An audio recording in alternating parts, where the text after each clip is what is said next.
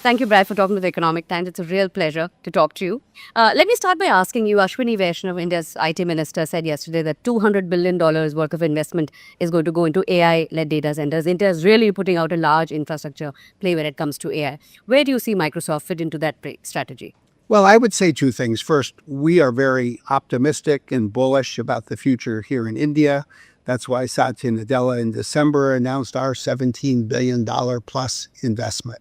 Right. I think everyone who looks at India sees this is a land of digital opportunity. At the same time, I think we always need to keep in mind that money will continue to flow as usage grows. Yeah. And I think that means equipping people with skills, which we're doing, working with customers so they can harness the power of AI in the cloud. Right. It also means being open to investment. Right. And so I think it means thinking through digital sovereignty issues, which are essential for the country, Right. but ensuring that that doesn't chill or discourage this kind of investment. Right. I was going through the blog that you've written this morning, and you very nicely put that how there is sort of a digital divide, and it is only getting larger with AI. Where I think the global north as well as the global south, there is sort of not just a disparity in terms of technology creation, but adoption, which is sort of becoming very stark now, if I could put it like that. With that reality in mind, what does it mean for a company like Microsoft? Is it an opportunity or a threat? Well, I think it is both for everyone and not just one company alone. If you look at the world today, the greatest divide in the world is the economic divide between the global north and south. In my view, it is a divide that started because of a technology divide. Electricity moved across the global north in many places a century before it moved across the global south. We cannot repeat that experience with AI. Right now, we are seeing uneven adoption. Now, the opportunity here is also worth reflecting on.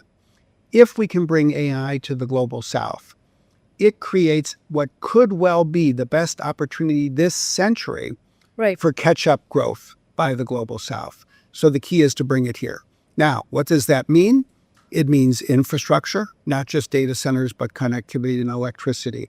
It means skilling, which is what we're investing in and announcing this week here in India, not just students, but teachers and with nonprofits. It means ensuring that AI works in every language equally well and not just best in English. It means using AI to create applications that solve people's needs in the global south. Another thing that we're doing this week, including by focusing on food insecurity in a place like Africa. It takes a multifaceted approach. It takes a long-term investment. It really takes a lot of work by all of us, public sector, private sector, nonprofits, to find new ways to work together. Right. Talking about digital sovereignty now, I think governments the world over, be it US or Europe, UAE, everybody wants to have digital sovereign cloud infrastructure. What does that mean for a company like Microsoft? Is it in some way a hindrance to your global ambitions? Well, I think we should all reflect on what countries mean when they talk about digital sovereignty. I do think it starts at a national level with ensuring that technology is properly under a country's control. So we're doing that in multiple ways. One is through our own offerings to create more what we call sovereign controls. One is more partnerships, including with, say, geo-platforms here in India.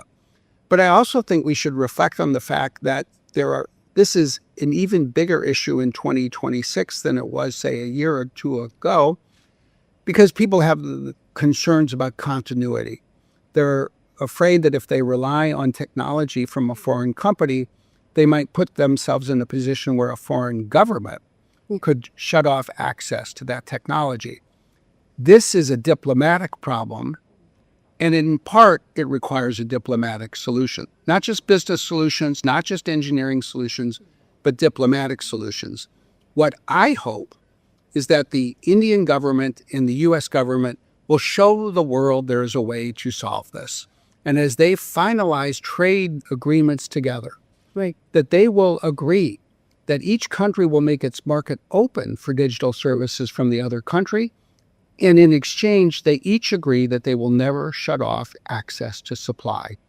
I think India and the United States can show the world that they can build trust together.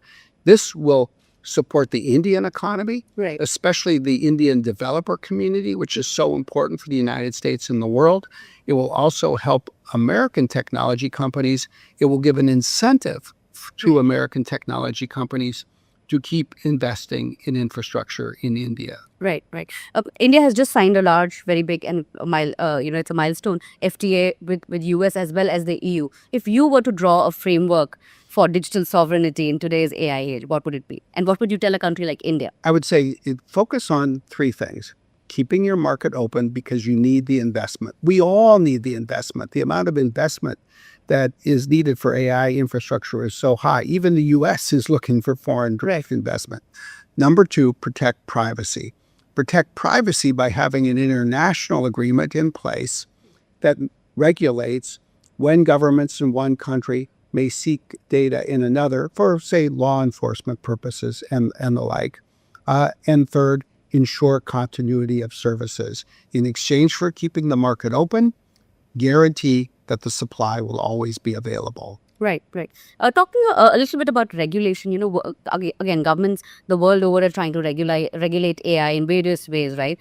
Somebody are doing more and somebody is doing less, right? What should be India's strategy, and do you feel that there is a global framework required? Because AI technology is progressing very fast, but along with that, the harms, the issue of deep fakes, misinformation, that is also very, very rising rapidly. Well, the first thing I would say is I'm very encouraged by not just the AI issues and the government's policy here in India, but the broader digital agenda.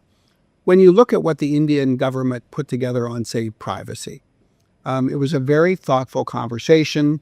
When I was here in 2022 and 2023, it was part of the conversations that we were all having together. And I think what India has done has ensured strong privacy protection, but with a light touch, so as not to impede innovation.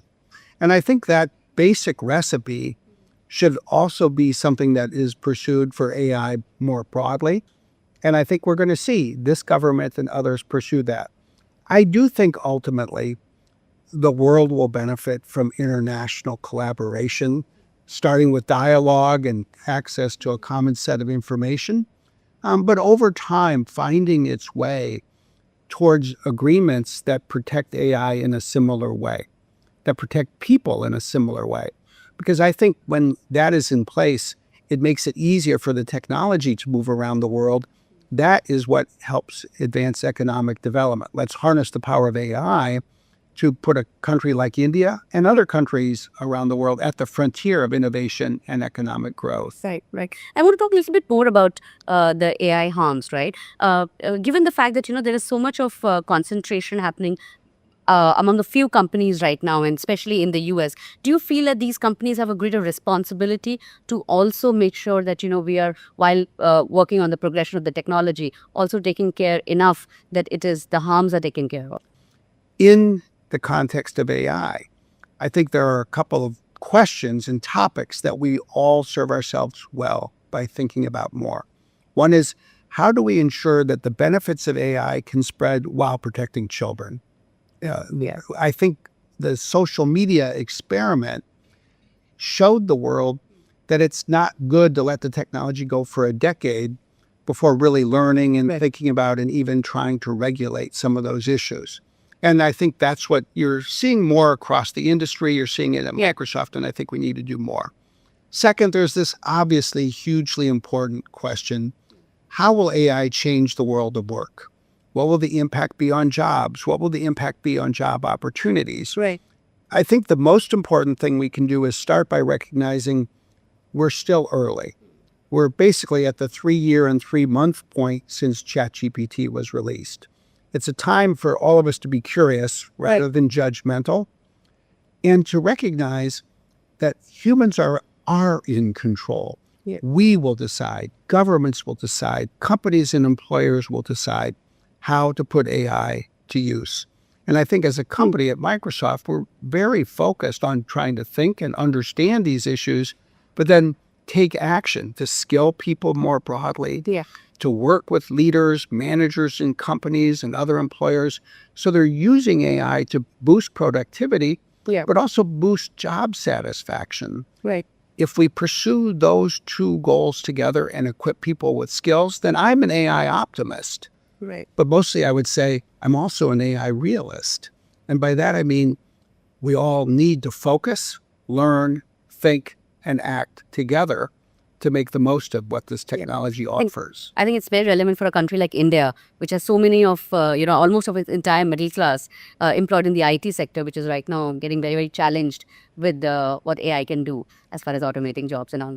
I just want to end with this last question, Brad. We're talking about so much of AI being produced in certain countries, right? What does it mean for a country like India? What should be India's playbook when it comes to how can India catch up? Well, first, I think India is in a leadership role, and that's always worth reflecting on because when you think about AI, you can think about it at the infrastructure layer, you can think about it at the platforms layer, and you can think about it at the applications layer. And there are opportunities here in India for all three. Right. But ultimately, India has made itself the world's software development capital, so to speak, the central laboratory to help create software for the world. And even on days when people are all talking about the AI models, which are critical, over time, it's all the applications that use AI, that are based on AI, that may well have the most profound impact on improving healthcare, say, or reducing the cost of energy consumption, advancing literacy. You name the problem, it's at the applications layer where you will find solutions.